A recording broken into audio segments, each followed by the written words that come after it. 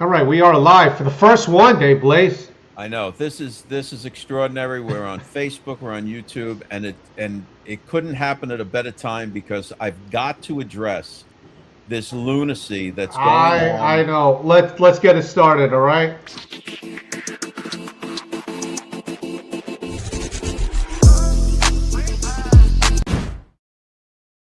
I thought All we were right, gonna ease into it with Christmas talk first. So we're gonna say the no, Christmas let, talk. let me just address this because it's All right. it's All right. interesting.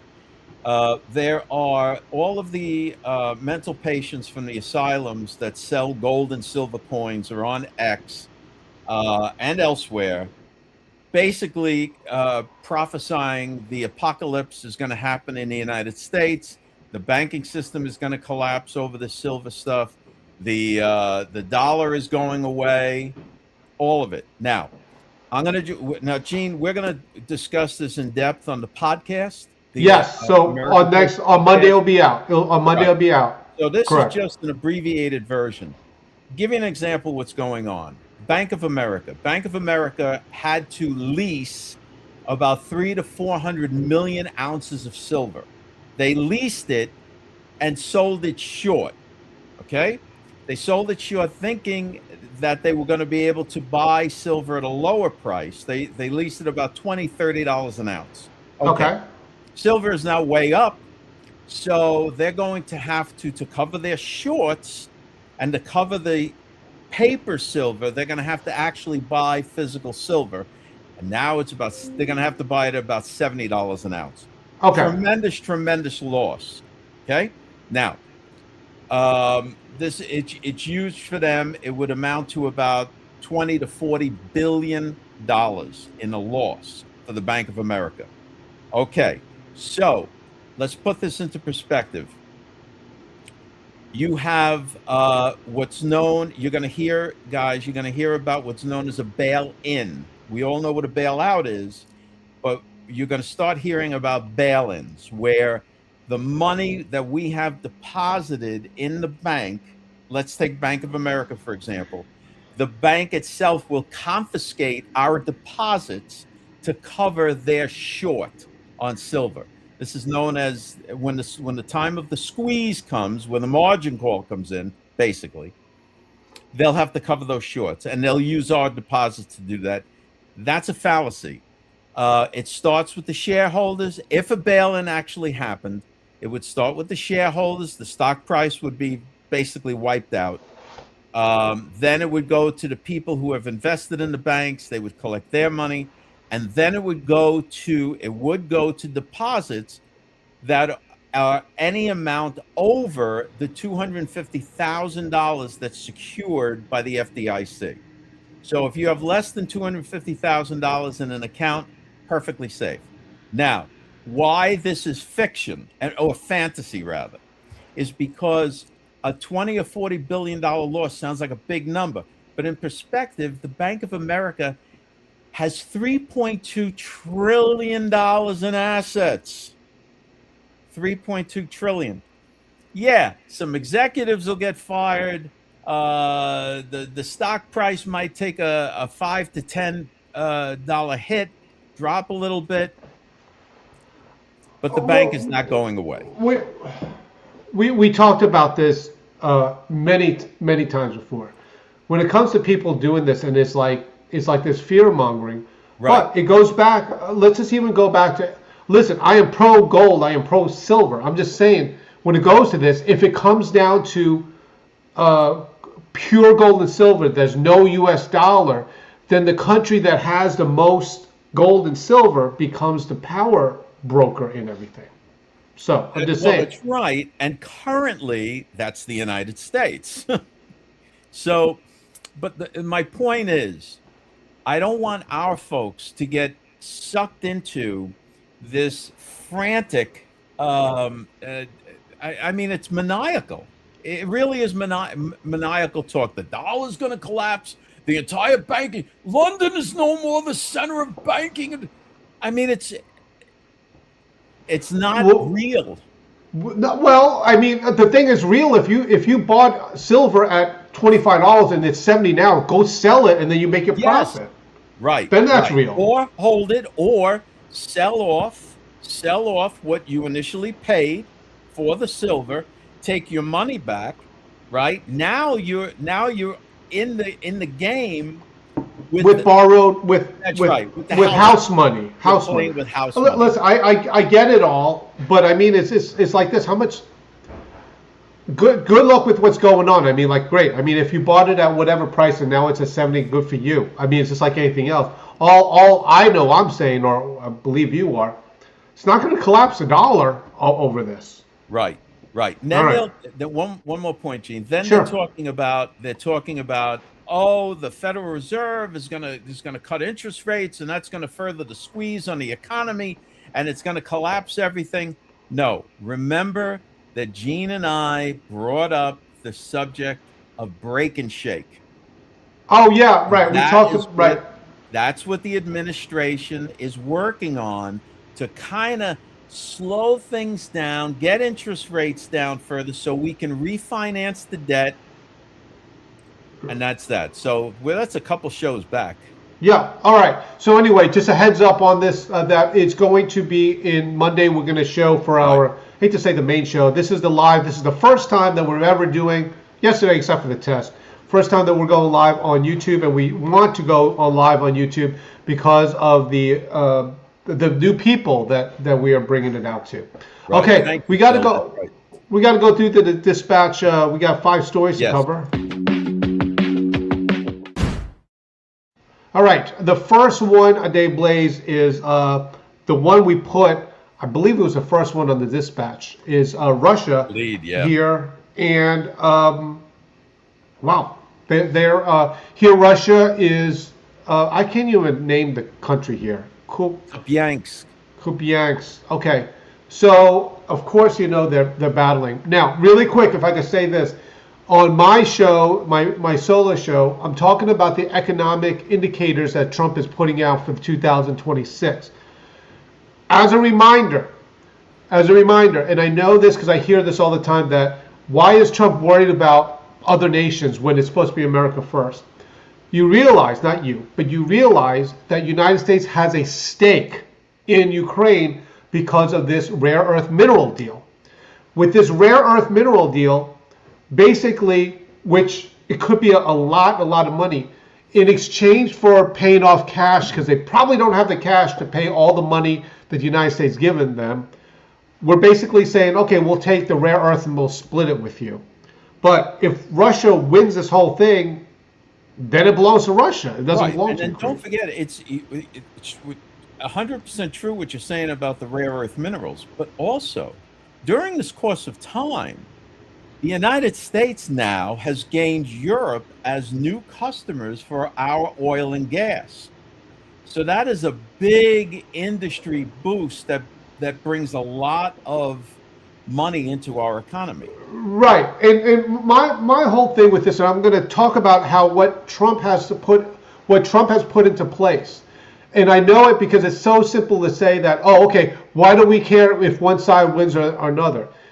Quite frankly, if Russia wins and gets all of Ukraine, let's say it gets all of it, the money we gave them, it's no good anymore. It's like a business going bankrupt. You can't get it because the money we gave them was predicated on us, United States, going in there and taking their minerals. Right. Anyway, there's an interesting video here. Anyway, Dave Blaze, check this out. Of potential, the General Staff has reported that Ukraine's defense forces are now actively implementing countermeasures against Russian strike systems, particularly, for example, guided aerial bombs. And now, more than 100 Russian guided aerial bombs have been destroyed just in the past month. What other similar achievements has the Ukrainian army had recently, perhaps only just now? Have there been any large-scale implementations like this? And how does this affect the situation on the front line? Yes. I would like the scale of countering guided aerial bombs to be even greater. These guys don't play. I know. We want more. Okay, so that's the Ukrainian. Throw them all down. So here's the thing. If you read that article, all right. First of all, that city is in the northeastern part of Ukraine, which is interesting because that should be Russia's most powerful sector All to do right. combat with. Okay, Okay. so that's point one. Russia is still launching missiles and whatever into Ukraine there, but they don't have the men on the ground, and the soldiers that are there are surrendering to the Ukrainians. To give a quick overview of it, the land mass in Russia and the power is like the United States, and really Ukraine is like Mexico. Correct? It's very, very similar to that in size-wise. Russia should have just went in and just wiped them out easily, but they're struggling with it, right? Well, no, because see that you're giving Russia a whole lot more credit than what they actually have. Russia's economy and all of that is a good size and so on, but it's nothing even close to what the United States is. So that in people's minds, they think that Russia is like an opponent to the United States, but we are so far beyond them in economic and military size. We dwarf Russia. Russia overestimated their ability to take Ukraine. They thought they were going to go in there, blow up their electrical grids, put them in the dark, and that would be the end of it. And it didn't. I believe Ukrainians were prepared. Like they have these things where what do they call it? They have generators that used to generators with the no power. Right. And I just want to say this only because I'm a huge boxing fan. Usyk, Vitaly Klitschko and his brother, all these heavyweight champions, the three latest really dominant ones, they're all from Ukraine. These are tough guys. Yeah, these tough, Ukrainians. They're tough people. Even the old guys. The Russians are tough people too. Not taking anything away from the Russians, but at a certain point, Putin should have realized this is not going to end well for Russia, and just tried to save face and either pull out or work out a peace deal or something. Again, because I hear this all the time when people in MAGA say, okay, why are we going with other countries? We should be America first. Again, like I said, if Russia totally takes over all of Ukraine, all that money that the United States has given Ukraine, we don't get it back. We get it back when there's peace, and then we can have our mining trucks or whatever take whatever they want out of the ground, give half to Ukraine and give half to us. That's how we get paid back. That's the United States. Okay, we got to move on to the next story here. All right, the next story that was on the dispatch, and if you didn't get the dispatch, reminder, just go to georgemagazine.com. Every morning you get these stories pushed onto your email, and you can see that. All right, this is the next story that we're discussing here. Poland scrambles jets, and this is during Christmas time. Now, Dave, on this thing, to understand the logistics, like Russia's here, Ukraine is here, and Poland's the next. That's right. If Russia takes over Ukraine, Russia will be on Poland's border, and this situation here.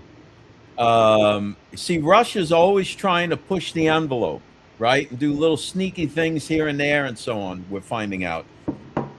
This thing that Poland has scared the Russians because let me tell you something. The Polish are very tough people, and really very tough, very tough fighters. They know how to fight. One of the things that I want to say, because I know that many of MAGA don't understand this. Ukraine, and you correct me because Ukraine is not part of NATO, but Poland is part of NATO. Correct. And one of the things with this is Ukraine wants to join NATO because, in theory, you attack one, you attack all, and it makes us stronger.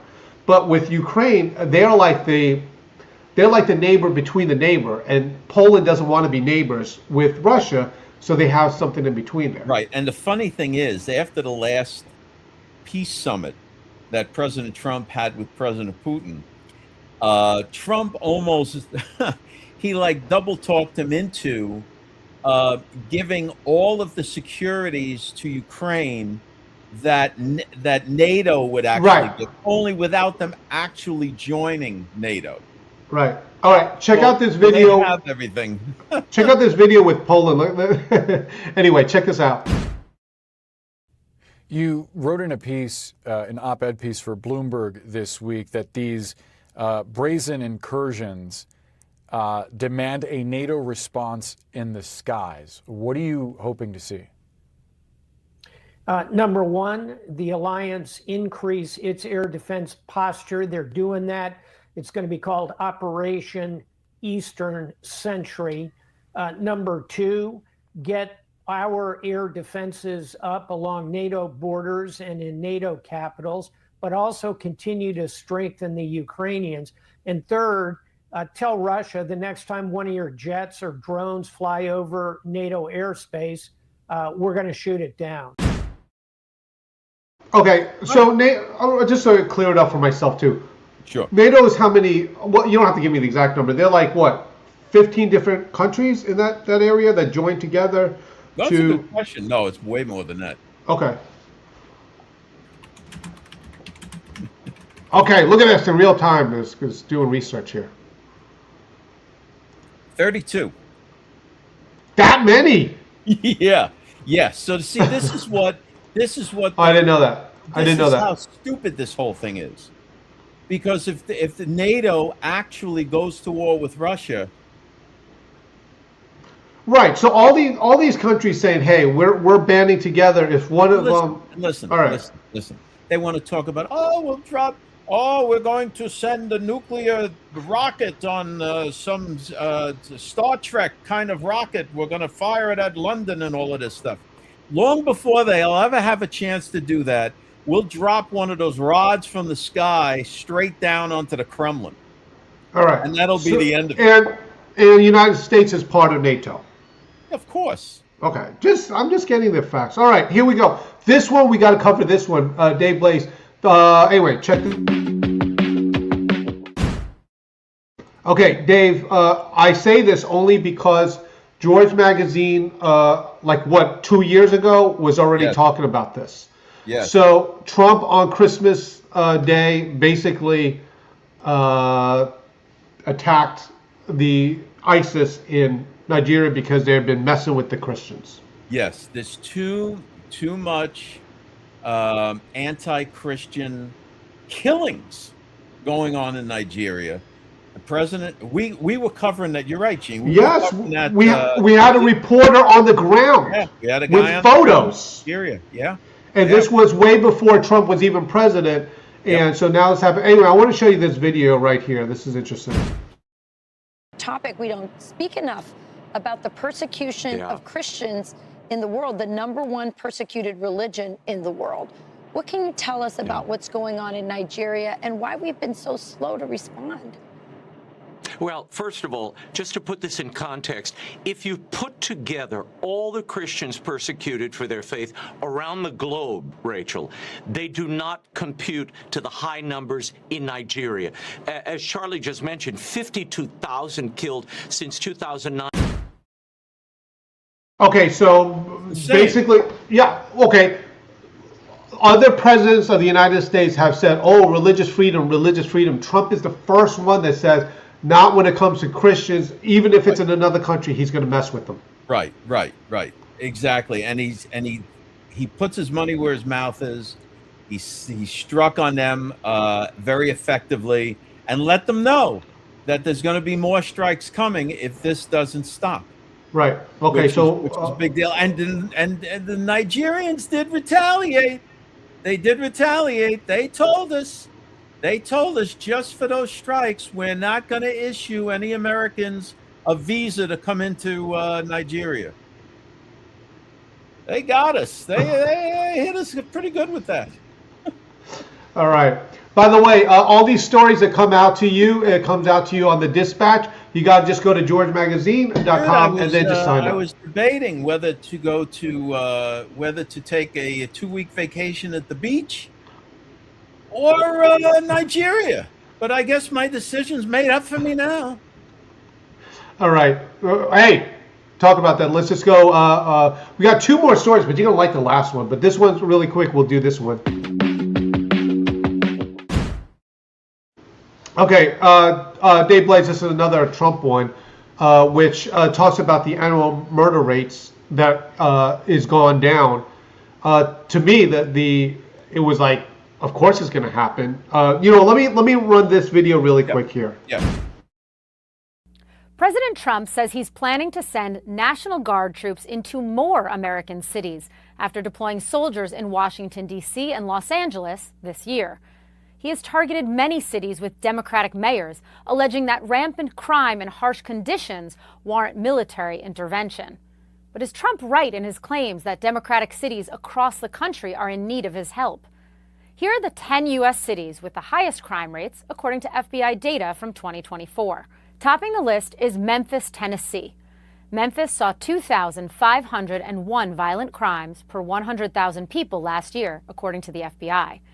City police, however, say that number has decreased by 22% from last year. I mean, it would be a no-brainer to say that they're not going down. I mean, he's had the National Guard right there into these big cities, right? Right. So basically, the word is out from the governors to the mayors of these cities. Listen, you got to get your act cleaned up, or this guy's sending in the National Guard. So let's, straighten out whatever you got going on there. You have murders. Look at the murder rate going on in your city. That's coming down from the governors. So then the mayors get the message. Oh, the state won't send the city the money that they promised unless we clean up our act. So guess what? No, I listen. I see this cracking heads. I see this, and I mean, you knew this. Like when Trump started this, I said, I know this is going to work. Whatever he's doing, I know it's going to work. And I get it because it's like, oh, you got soldiers in the street and everything.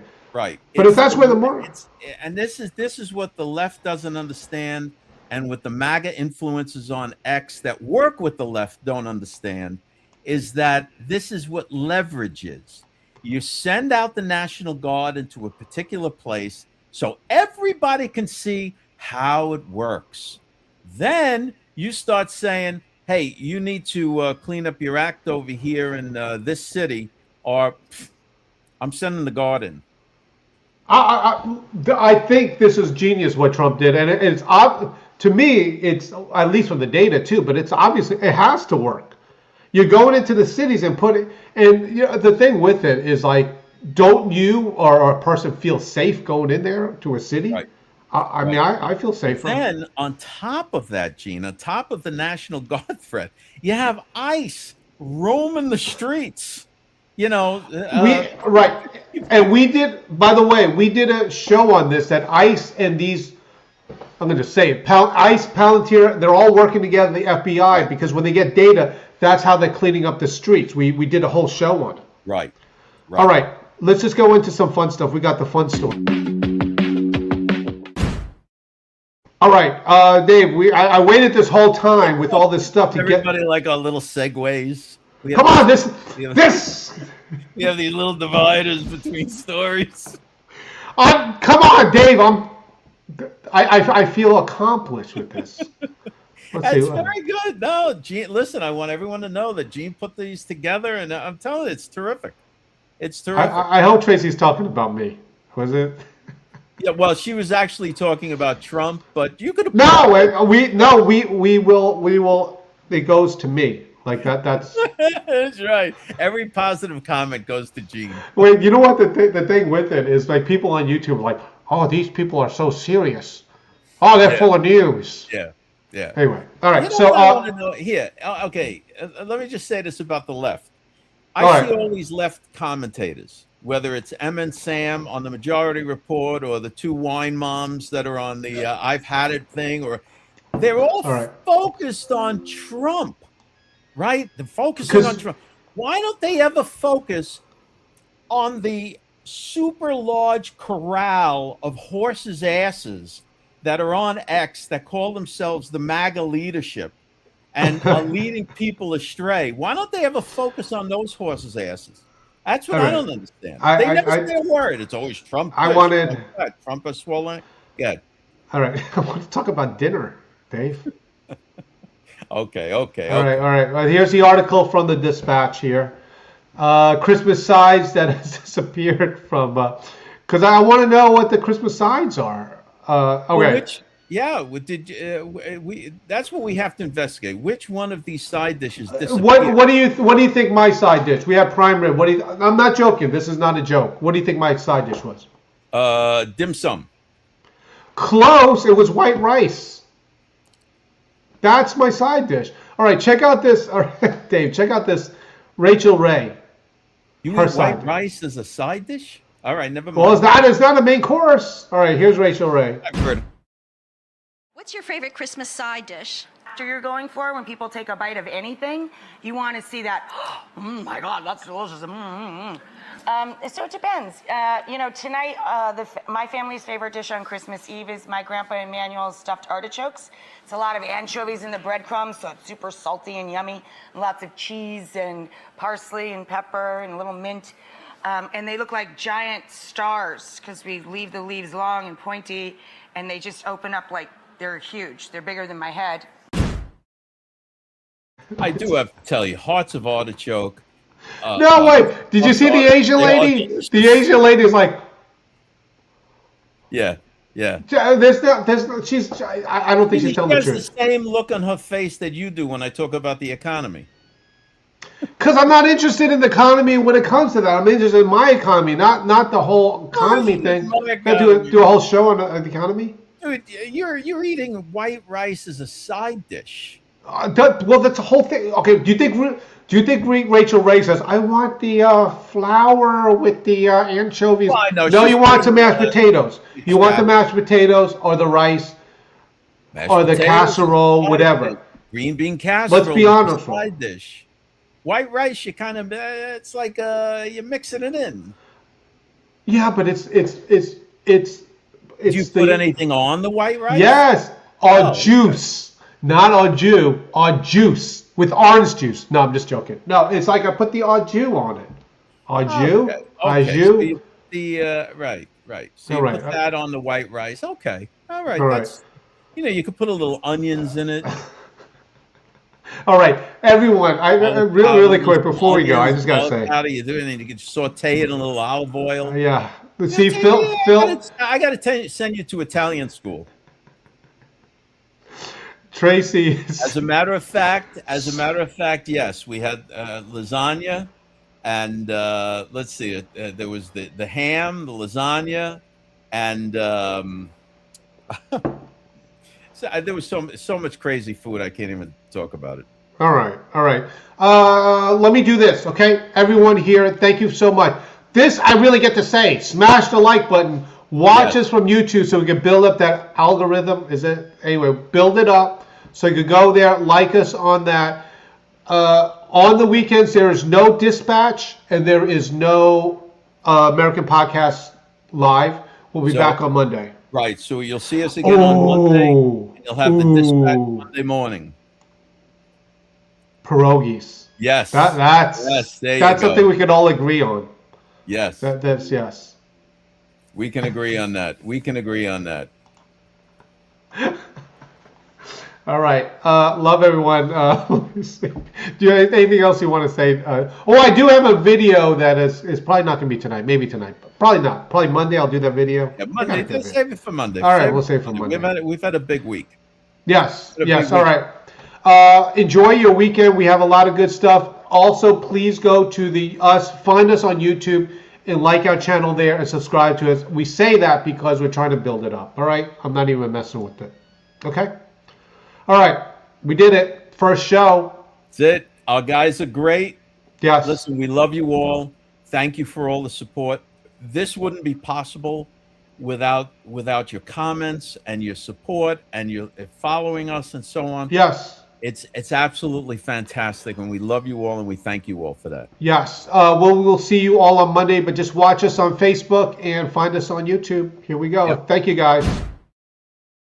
Thanks for checking us out. Don't forget to go to georgemagazine.com and sign up for the Dispatch. It's free. Get the emails and the news stories. And check us out Monday through Friday, 5 o'clock Eastern Standard Time. You can check us out on Facebook and YouTube. We'll see you then.